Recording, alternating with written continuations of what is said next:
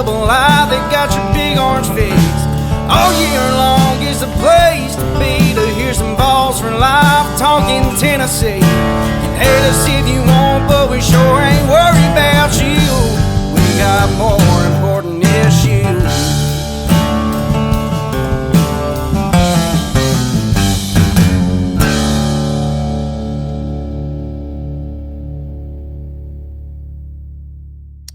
Welcome into an unplanned, unscheduled show here Monday night, Tuesday morning.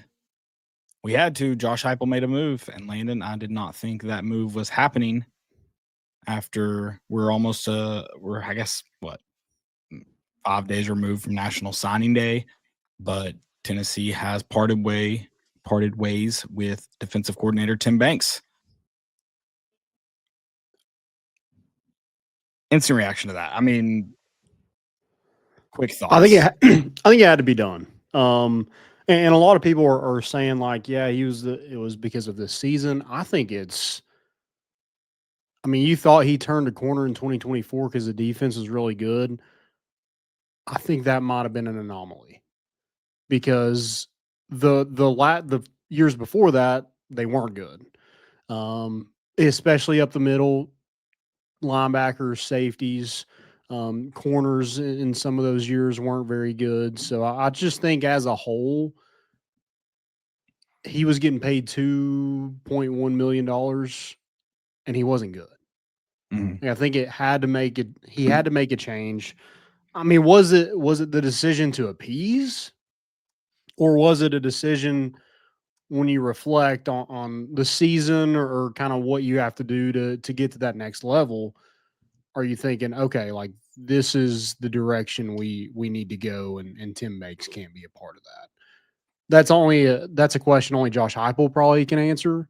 But I think with the hire, you'll probably notice kind of where he's thinking.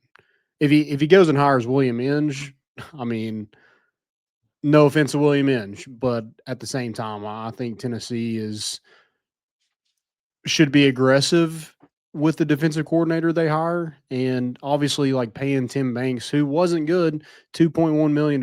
I think that the resources are there to go capture somebody really good. Yeah, there's a lot of guys that I haven't gotten into who I want or who I think Tennessee needs to get, but there are some guys who have, whether they've been fired, their head coach has been fired, whatever it may be, some guys that are out there that are, on the surface at least, attractive hires. I think this one, I want to see Josh Heupel get out of his comfort zone. I think he did firing Tim Banks. Tim Banks has been his defensive coordinator his entire time at Tennessee. Mm-hmm. You're right about 2024, 2023 defense looked better. I mean, those defenses not only kept you in game, won you games in those 2 years. And I, again, a little surprised because I thought maybe they'll evaluate this roster and look at the injuries and say, let's give him one more year and see how it goes. And I thought maybe, and what I thought if you kept him, the right answer was to hire someone to coach safeties. And I hope that this next move, whoever it may be, that guy's not a position coach. He doesn't have someone who he's coaching day in, day out at the position level. I want him to be in charge of the unit as a whole and get somebody in here that you think can coach the safeties well, or whatever position it may be when it kind of shakes out. But and that's another thing I'm interested to see with this one. Who of the defensive staff is kept? Because inevitably this guy's going to bring in some people he likes. I mean, that's just kind of the nature of that business. So I'm sure that's going to be an interesting point, and I hope that doesn't make Josh Heupel want to keep it in house, because I don't think there's anybody in house that should excite fans. No offense to William Inge, like you said, but there's a reason he's not a defensive coordinator anymore. He was a co-defensive coordinator. Right, he was a co-defensive coordinator. And I think it says probably a lot about Tim Banks is like you didn't see his name really pop up for any of those head coaching jobs, even at lower levels. Last year, a little bit maybe, but I think he kind of made his money, he should have probably cashed out then, because this season, Mhm. yeah, there was injuries, but I think if you're looking back on the season, you're like, where did those injuries come from? Corner. That wasn't your worst position Right. by a long shot. So Like, I think it's probably a different conversation if your corners were probably your worst position group, but it wasn't. So I think that made the decision probably easier, in my opinion. sure. And maybe, like you said, this was let's appease I don't know. I can't imagine that's what it would be, anyways. Yeah. The hire will tell a lot. And I think this is the first time we've seen Josh Heupel move on from anyone on his Tennessee staff. Mentioned Tim Banks being with him the whole time, but any staff members that have left Tennessee have done so for seemingly step up in their career, not or at least an adjacent move, whether it be like a wide receiver coach to the same position group. So gonna be interesting to see how this hiring process plays out. Doesn't feel like you go from within when you just moved on from the Joey Halsley one kind of made sense at the time. I didn't love it at the time, don't love it now, but it kind of made sense at the time with Golish stepping into a head coaching role. Promote the offense was going well, promote from within, sure. When things aren't going well, you probably shouldn't promote from within. Yeah, 100%. Yeah, start over, erase, I don't know, resume or pause. What is it? Restart the game? Is that what you used to do when you were losing in NCAA? Oh, yeah. Yeah, I think you just need to go ahead and I know Josh Heupel loves his script. This is kind of, like you said, out of his comfort zone. But hopefully it's a good move. And I think it is one that I don't know if they did this on purpose right after Tennessee heads to the Music City Bowl, but it seems like there's a little bit more excitement when you think of a new defensive coordinator coaching in that game, which I don't know if, depending on if he's with a team that's in the playoff, maybe they don't coach there, but I think there's a little bit more juice to it when you're making changes like that for the better. Yeah. And I don't know. Maybe it'll get people fired up for that one. Hey, at least it's not a midday kick. That's the good news. All I right. just want a defensive coordinator that, before we get into that, I just want a defensive coordinator who, when we go into a game, I'm like, okay, this is what this defensive coordinator is trying to do. I could not tell you what Tim Banks was trying to do as a defensive coordinator. Yeah. I don't mean, understand. it was, 3rd and 5, we're playing 10 yards off at corner. You don't have a spy against Diego Pavia at all. Let's go back to the playoff game. Why is a corner one-on-one with Jeremiah Smith? He struggled against top 10 defenses, period, or top 10 offenses, period, too. I mean, the stats against them are alarming. What happened to our pass rush this year? I mean, I don't know if anyone can answer that question truthfully. It's very strange. I don't even know if it's all on Tim Banks, but he is the face of that unit, so he does have to answer those. We went from 7th scoring defense to 92nd in a year. Yeah, checks out. Makes sense with what I watched. I think they gave even the up games you this year, the games you game in SEC play against ranked opponents in SEC play. Probably. Yikes. Yeah, the fall off this year was, I mean, it's more than just injury, and then you had the drama surrounding it. I mean, it just was not a good year for your defense. You kind of had to move on. It is what it is. I mean, I got to think once the season ended, Tim Banks was checking his phone every morning. Oh, haven't gotten called into the coach's office yet. Yeah. We're here another day. And then I got to think the timing of this was to get through National Signing Day, and that just had it fall on this Monday. So good news for him. He's got a lot of money coming to him. Yeah, what is it? Over $4 million buyout? It's not small. I know that. Yeah, seems a little much, but yeah. I mean, you thought that defense turned a corner last season when they were so good, but it just seems like that was the time where everything just fell into place. You had an All-American corner. You had a top edge rusher in the country, and James Pierce, who went to the NFL. I think Joshua Josephs played really well at that strong side defensive end. And then you had Omar Norman Lott up front.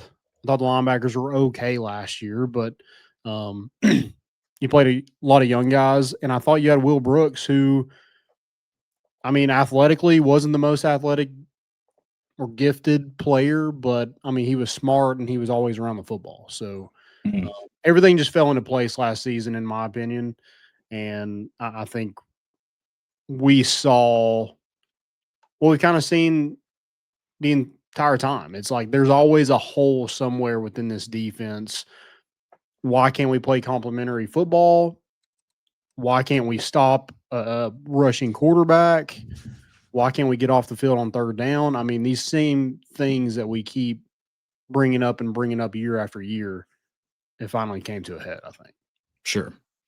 Yeah, and I think too, real quick, I think next year's, I mean, so many holes you have to fill in the portal that the freshman class won't make up. So it's going to be a challenge next year for whoever accepts it. Going to be very interested in how that person attacks it because I have questions for the offense. I have far more questions for the defense. Yeah. And unfortunately, it's at about just at least every level of defense, if not just about every position. Who's your favorite candidate? Who do you think Tennessee should be circling the wagons for? I really like Jim Knowles. I know he's probably getting up there in age. Or are you looking for more of a youth? Or are you looking like what are you looking for? Are you looking for a guy who coaches safeties? Because then it's probably not Jim Knowles. I mean, he played defensive end. He's coached linebackers. He's coached defensive line. So I just don't know if that's him. But I really like Jim Knowles. I think he did really good at Oklahoma State. Obviously, was really good against Tennessee in that playoff game last year at Ohio State. In Penn State this year, I mean, I'm not going to really use Ignore that it, yeah, against him, but also worked with David Cutcliffe at Duke, and they had a really good defense there, and put some guys in the NFL. So I really like Jim Knowles at Penn State. But there's also some guys that I like that played the safety position. I like Corey Batoon at Missouri. I thought he did a really good job the past 2 years there. I think he did a really good job at South Alabama. He played, like I said, he played that position as safety at Long Beach State. And then some guy that we're hearing a lot about is Ryan Walters at Washington. Yeah, I don't know if it's smoke and it's just people connecting dots, but that is the name I've seen the most. Yeah. And was a head coach at Purdue for a couple of years, and then ends up at Washington. He was a defensive coordinator at Illinois for a little bit, was on the same staff as Josh Heupel at Missouri, was also at Oklahoma when he was a GA when Josh Heupel was at Oklahoma. So pretty familiar with him, I would think. Again, played that safety position, has always kind of coached the safeties, especially while he was at Missouri. So, I mean, head coaching experience, I think he kind of gets the whole, like, even though he wasn't really successful at Purdue, he kind of gets that aspect of what needs to be done, what's expected of him as a defensive coordinator. And I don't know. I just think Washington's had a really good defense, and I'd be cool with that hire, I think. Yeah, I mean, the two you mentioned, or three, I guess you mentioned, would be good hires. I mean, Jim Knowles, I view as an outside chance. That would be, I would imagine, a large payday. I imagine there's a competitive market for Jim Knowles right now. With the hiring of Matt Campbell, he won't be at Penn State next year. If you could somehow land Jim Knowles, yeah, I think that would be a home run hire. I think the others are more of good hires or could be good hires. You mentioned if they're wanting someone to coach the safeties, that's another one. Ryan Walters may fall into that category. Again, they're gonna have a lot of attention on safeties, or attention on whatever position they're most familiar with. But I think you need to be getting a guy in here. That guy needs to be tasked with finding someone to help in the secondary with Willie Martinez, or whether they bring in their own secondary guys, whoever they bring in. I mean, I think the only job that's probably 100% safe currently on that defensive staff is Rodney Garner. That is probably the only one that I could imagine Josh Heupel's putting a do not touch tag on. Yeah. I would think William Inge a little bit just because I think he's recruited well. Now, were the linebackers great? No, but they also weren't given a ton of help. I mean, your defense kind of is connected. So if one, position is struggling, I think that makes the other one struggle as well. Mhm. So I think he's recruited well, and obviously William Inge has the Rodney Garner at least help of the recruiting aspect of it. Yeah. Yeah. I don't know where he stands entirely on it. I know he's been credited with a lot of those relationships and the building of those, but not sure where he stands. I like I said, the only one I would say for certain is Rodney Garner. Yeah. And Ryan Walters, obviously, like, he coached at Missouri when Josh Heupel was the offensive coordinator, and so he kind of understands that high tempo offense, like what's expected of that defense. So him having experience with that probably helps his case. He's making $1.2 million at Washington. I mean, Tennessee has to be attractive in that regard because, again, we were paying Tim Banks 2.1. So sure. Yeah, I think the money's out there probably. Like, you've shown like you are willing to pay a defensive coordinator quite a bit. So I think Tennessee should be attractive.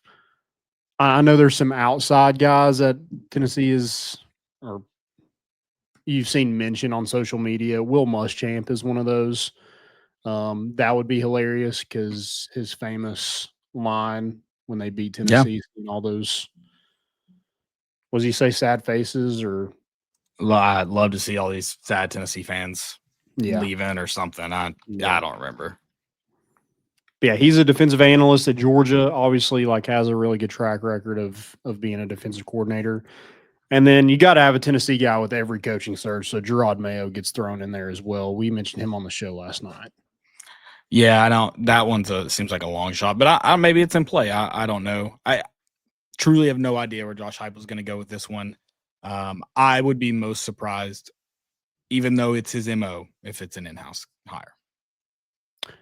Yeah, I think that would be super underwhelming to the fans. And it's not about the fans, but that just seems like really underwhelming. I think it also just going back to, like, on the surface, it seems like not the right move when you fire someone or get rid of them or part ways, whatever you want to call it.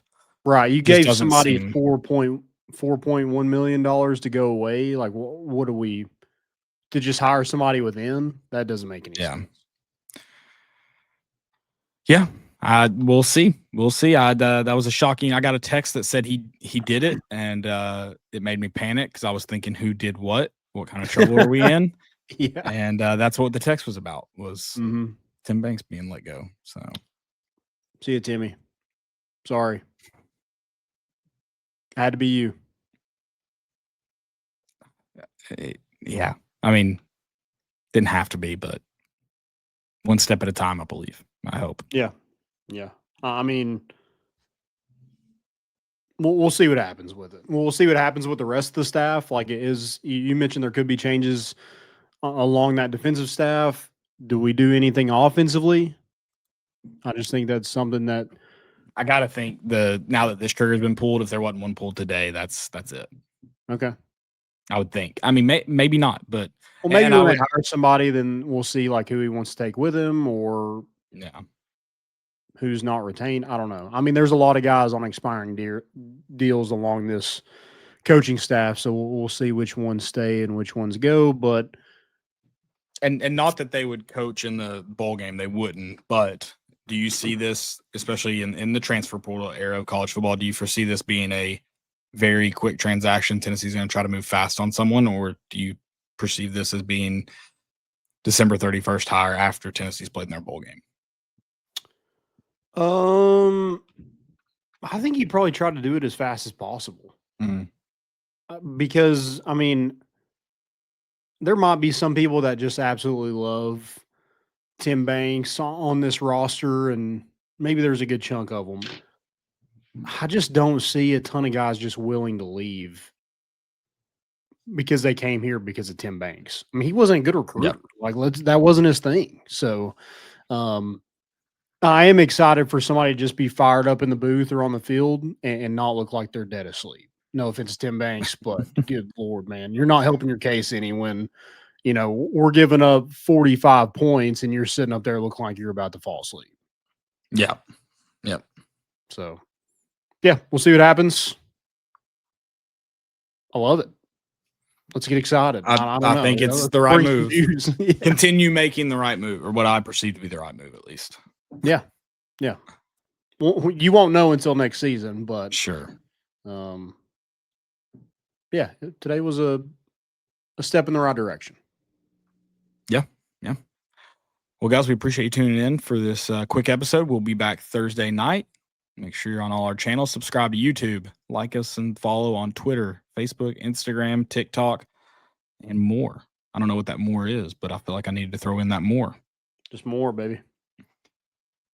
Appreciate you guys. We will see you next time. Go Vols. Go Vols.